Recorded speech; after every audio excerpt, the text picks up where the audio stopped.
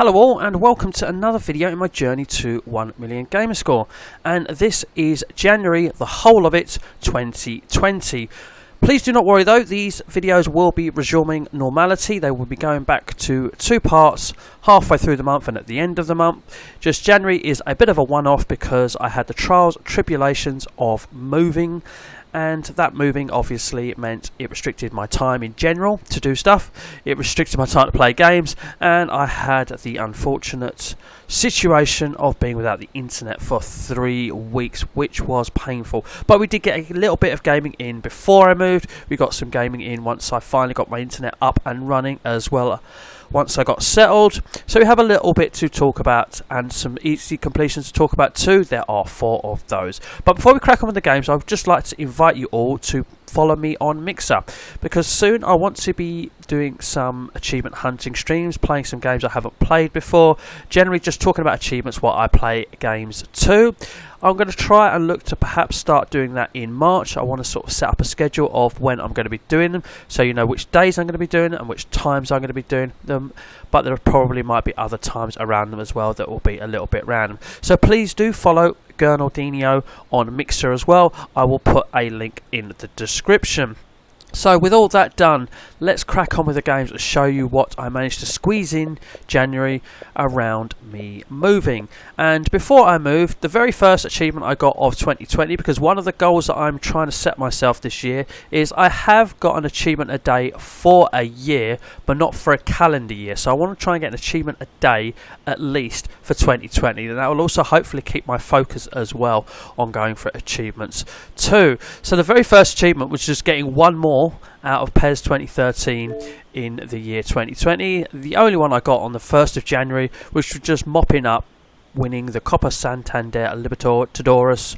I hope I pronounced that right, even though I stuttered a tiny bit there. And that was a 40G achievement, which is actually rare as well. I mean, if you crack that down to the easiest difficulty and the lowest time setting, you can get that done in a couple of hours to get through the whole competition. I think it involves you winning around about, what can I say, I think there was 3 group games and the knockout games are over 2 legs, so there are a few games there, somewhere between 10 and 16 I would say. But yes, it's a very easy achievement, so that one wasn't too difficult, and that was just one on the very 1st of January. So I nabbed a couple more in Trivial Pursuit Live, and those were just a couple of the lengthier ones, and I'm only missing 3 from it. Now, after my last video where I mentioned this game, someone did tell me that you don't actually need 4 controllers for it, which makes sense because I have Monopoly achievements which are multiplayer and I use 1 controller, so you do not need to have 4 controllers to complete the achievements in this game. And I'm talking about the one here, complete a game show with 3 other human controlled players, and the one that I thought you might need 4 controllers for was actually this one, the very tricky one, and that basically means the only real way you can get this is by having a computer opponent so that you can beat them as well and get the answers wrong. So it leaves open every answer in rounds where you have to get answers on a board for you to pick. You'll need a camera to take photos of the screen, and then the ability to research anything that you don't know as well. So I can probably nab a couple more out of this, because titles are just for answering a certain amount of questions on subjects and in general and things like that, and I can actually get this one too. So I will have to return to this point and at least nab those 2, perhaps make a go for that. So that is in the, yes, keep an eye on that game, Rob, you may want to go back to it some day. So let's talk about our very first completion of 2020 and the easiest completion of the year so far, I think. Now, I used a guide from Maka91, who's a channel I use a lot of guides from. It's the very first channel guide I ever subscribed to and followed, and basically did every game he ever threw a guide up for. So he done one on Can Androids Pray Variation Blue. The guide runtime is 13 minutes and 18 seconds. You can find it in a playlist I've created called Guides I've Used with 100% Success and Can Vouch For. His guide is super bang on, and you can get the job done with allowing for a bit of pausing in under half an hour. Honestly, he says in the guide that you literally just mash A for your first playthrough, and in that first playthrough of just mashing A, you'll unlock around about 700G. And then you'll have to follow the guide from there on, making sure you stop at certain points and press the right answer to get an achievement where you actually have to move the cursor over a different answer to mop up what is left. So if you do that and follow it correctly, expect with a bit of pausing to get the job done in under half an hour. Okay, so beyond that, I then decided that I wanted to play something in my backlog, and I have Ori and the Blind Forest Definitive Edition in there for ages. I believe it's also part of Game Pass now, but I actually bought it before it's part of Game Pass. And this is really fun. It's kind of a 2D side-scrolling exploration game. The graphics are beautiful. It's a lot of fun, and everything you'll see there, I've just got through natural gameplay in what has been a couple of hours of gameplay. Sadly, this has kind of fallen behind, and I haven't returned to it because it's fallen victim to me moving and then not playing it for a couple of weeks. And the trouble is, if I don't play a game for a couple of weeks, I then find it hard to want to go back and play it and resume from where I was and try and remember what I did. But I really should do, because it is a beautiful game, and the game is a lot of fun. Now we have Microsoft Sudoku next. Now, I wanted to get an achievement every day this year, and I had no internet for 3 weeks, so I've used this game. As you'll see, a lot of the achievements I've got are just one per day. And for the whole time I didn't have internet, which was like the 7th of January till the 26th of January, I think I finally got properly connected. You'll notice a lot of these achievements just one on one day, unless 2 unlocked at once. And it's all I can say is, if you've got an Android, it will work on that. It's free to download. I run mine off a Samsung Galaxy S9, so I used it to unlock one achievement a day, obviously, because being it connected to the internet via 4G, it would timestamp it properly. So I used it to, as I say, keep my streak going. But yeah, reach level 2, complete a puzzle without using notes, complete your first puzzle, complete a puzzle by solving the Sentinel last. Like, some of these are very specific things to do, like finish a puzzle by correctly placing 7 consecutive 7s. You may need to go on one of the harder difficulties so that there aren't 7 7s in place first. Just leave them till the end. There is an achievement here for doing 5 puzzles without making a single mistake, but you can complete some of the harder ones, like, I forget what it's called, master or something like that. Complete a master puzzle without using notes. You can make multiple errors, and it'll be fine. You can just go over it with another number, but obviously it won't count towards doing it flawlessly. But it will still count as completing the puzzle, so you can make as many mistakes as you like and just put the right number in eventually, and it will accept it. So, like, there's a 50G achievement for not even a couple of minutes work, just because you can keep getting it wrong. So, and of course it unlocked 2 at once because I completed a master puzzle and I didn't use any notes. So if I'd have known that and I needed an extra day's worth of achievements, I could have actually split that by making a note and then completing a master puzzle without using a note the next day. But, like, there you go, 75G in less than a couple of minutes, just because you can make as many mistakes as you want. And you can do the same with the Grandmaster puzzle as well there, look. So, but there are other achievements I can get out of this quite easily, or with a little bit of time, but this is going to stay in reserve for any potential problems I have with days and not being able to get to my Xbox potentially, so that I can keep this 1 achievement day streak running. So that will just sit there on 550 for a little while. Okay, so Foxy Learn 2, you'll be surprised to hear this is the sequel to Foxy Learn, another Ratalaika Games special. Now, there are guides which will help you get a couple of achievements which are technically missable, but they aren't too difficult anyway. Like, there is an achievement for finding a hidden level. I actually didn't need a guide. I actually found one on level 4. If you do level 4 and you drop to the bottom, there's a section of wall that you can walk through, and then there is a large ladder which you go up, and halfway up that large ladder to the side is a section that you can walk through, but it's not visible until you actually kind of jump into the wall or try to go into the wall. And then when you go into that wall, you're in that section, and if you traverse the section all the way along to the end, there's this little red flag, and as soon as you touch that little red flag, you are in a secret level. So that is one that is technically missable. The only other piece of information I will give you about this, because I didn't watch a guide going into it, what should have taken me around about 2 hours ended up taking nearly 3, because one of the achievements, we'll go into it quickly, is for collecting or completing 20 levels. There's also an achievement for collecting 20 coins, the big large coins. There are 3 per level. And what happened is, once I got the, there we go, collect 20 Foxy coins achievement, I knew that obviously there were some enemies to defeat which would come along the way, but I knew then I needed to finish 15 and 20 levels. So the 15 level one, no problem. And then I got to level 17, and because I'd only picked up another 2 coins because they were unmissable, I had 22.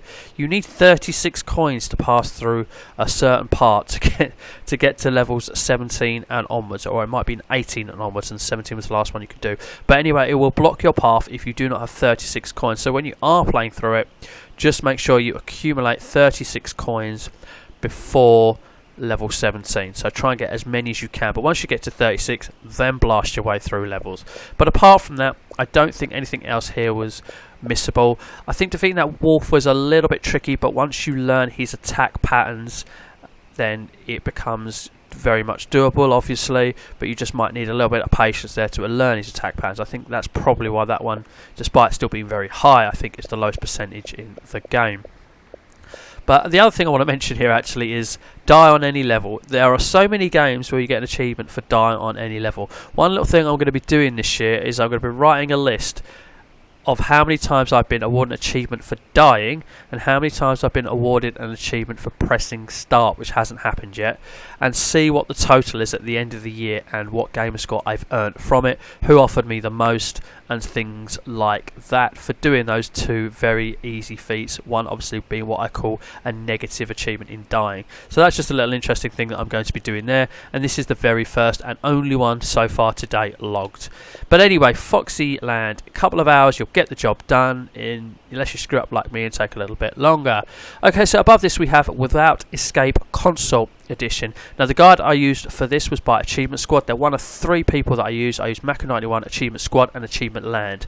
I don't have a preference, I pretty much just use whoever turfs one out first. And the first guide that popped out for this game was by Achievement Squad. Please do follow them if you're into achievement hunting. They do some great work for you.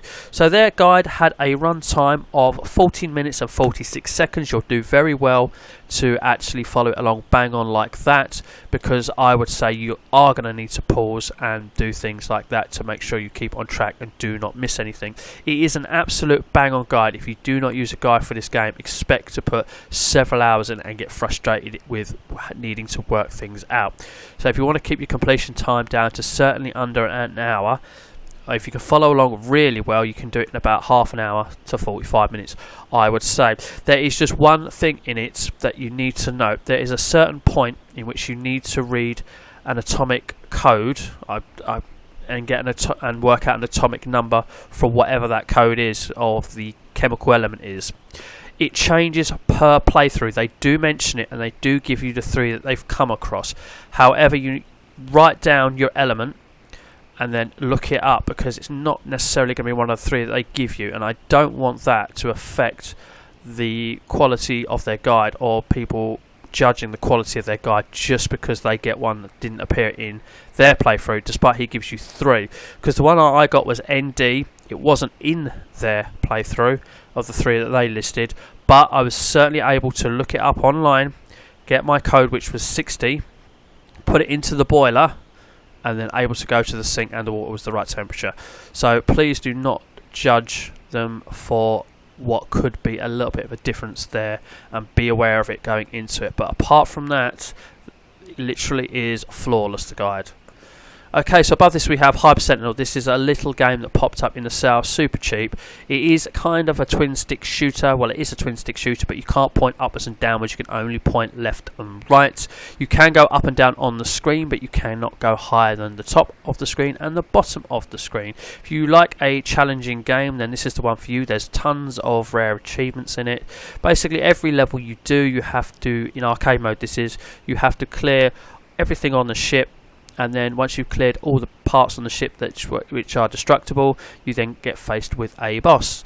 And then you do that and you move through the levels and you get achievements for finishing certain amount of levels. And the one trick that I learned or came up with for this, should you decide to play this, is you obviously have a health bar gets depleted, you die. But the health bar, if you do not get touched for a while, does regenerate. So if you're fighting a boss and you get down very low, quickly head on over to one of the 4 corners of the map, because you are restricted, you can't just keep, it's not open world. Go to the corners, keep hitting left and right and sort of stay in that corner until your health bar starts regenerating. It regenerates to full once it does start regenerating, and then you can move on and carry on fighting. But tough game. I played it for a couple of hours over 2 nights, I think, and yeah, it's fun, but it's going to be hard, and there's still a couple more I can get out of it using my little trick there, I think. So I may return to this. You may see it pop up again in a future video. But that is Kinect Sports. Now, there is nothing new here. I haven't added any achievements to this for a very, very long time.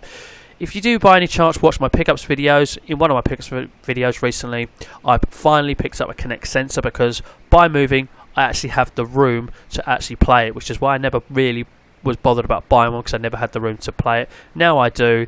I've got a Kinect sensor, and I wanted to try it out because it's pre-owned from CEX, and I tried it out playing a bit of the bowling on the Kinect Sports, which is an absolute blast, a lot of fun. But to talk about that 1325, I'm actually really proud of it, because there's a huge chunk of that which will take time, which will take patience, will take a bit of skill and a bit of practice. And out of what I've got left, it's going to take a lot of time, a lot of skill and a lot of practice. There is one in the bowling for just getting a split, which is pretty much luck based. I've come close so many times from what I can remember, and I came close once again while I was trying it out.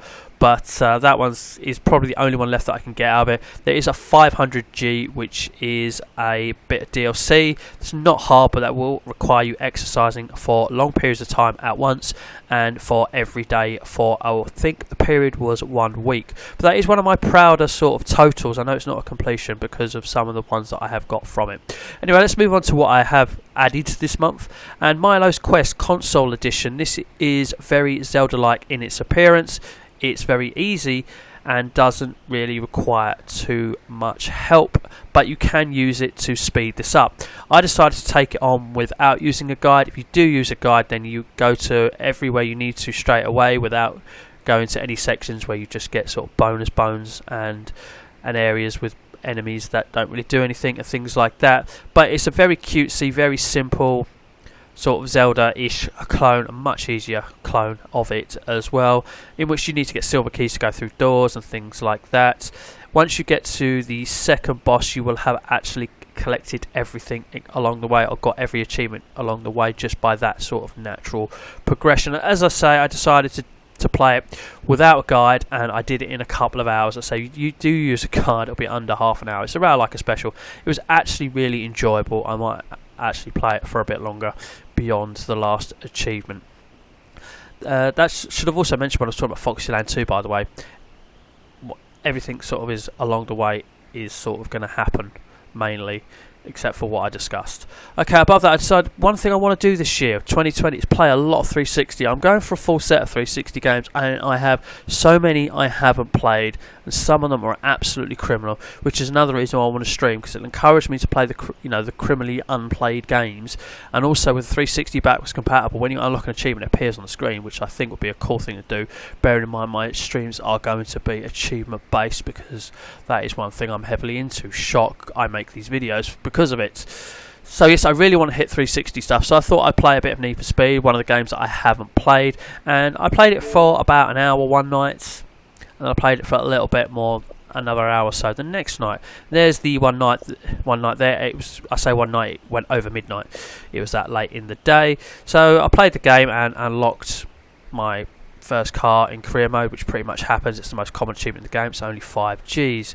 And then once it passed midnight, I was just sitting there thinking, I looked at the achievement list, and I kind of expected this to be sort of discontinued or unlockable, because, you know, age of and things like that. So it was this achievement that attracted me to doing that. I thought if I take a photo, I might still get the achievement. But anyway, when I went to take a photo by pausing it, it actually signed me into EA Nation. I must have an existing account, and it let me upload the photo as well. So that was a super easy 40G for just a little bit of a task. So that was all done within an hour one night, but crossed over 2 nights because it passed midnight. And then I returned to it the next day and played it for another hour or so, and came up against the first face-off in what is the career mode against Zach, and that was super easy to beat because I had also customised my car the night before for a simple 5G achievement too. That wasn't too difficult either. Just needed to accumulate a little bit of money and add something onto my car. Okay, so but needs to be an undercover, quite fun, and the undercover part is you're actually an undercover cop. That's interesting storyline so far, but we will see. I will return to this. And then above it we have Bloodstained, Ritual of the Night. I've been meaning to play this for a long time. It is extremely Castlevania looking. It is a lot of fun to play. Again, this fell in the category of I played it over midnight. Literally, I played it for only about an hour, and 5 past midnight I discovered a hidden breakable wall, which you will do in time just by exploring the levels. That's not too hard to do. This will pretty much unlock straight away. It's at 83.46% because I'm guessing people started playing the game and didn't play it for more than a minute, because after about a minute's worth of playing and this sort of tutorial starty bit, you will absorb your first shard for a 20G achievement, which is super easy. And that one there is for beating the boss in the first level, which I say last night, but again, crept over midnight, so it's actually unlocked on the 1st of February. So we'll have to bring this up in February part 1. Yes, there will be 2 parts in February. Things will return to normal. I have no ambition to move anytime, certainly in the near future. I do not want to do that again in a hurry. So ladies and gentlemen, thank you everyone for sticking by me. Thank you to all the people who made the time and effort to watch that video that I did in the middle of January explaining why, for all the kind comments that were put in that video. It meant a lot to me. And thank you all for sticking by me. I honestly was expecting to lose a hell of a lot of subs when I threw that video out, and I think only 2 people left. So thank you very much for sticking by me. The videos will return to normal. I enjoy making these. I cannot wait to start streaming and hopefully have people join me and talk achievements. I will have a mic, and in true Gernardino fashion, I won't be on screen, but I will be talking away like I normally do. So ladies and gentlemen, thank you very, very much for watching. Thank you very, very much for sticking by me, and as always, take care.